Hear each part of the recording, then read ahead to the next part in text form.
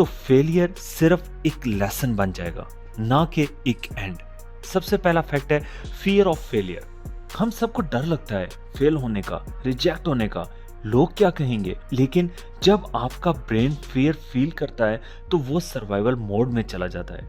ये एक ancient system है जहां हमारा ब्रेन डेंजर को पहचानता है और कहता है भाग जाओ। लेकिन प्रॉब्लम ये है कि आज के जमाने में वो डेंजर एक टाइगर नहीं है, बल्कि एक एग्जाम, इंटरव्यू या बिजनेस रिस्क है।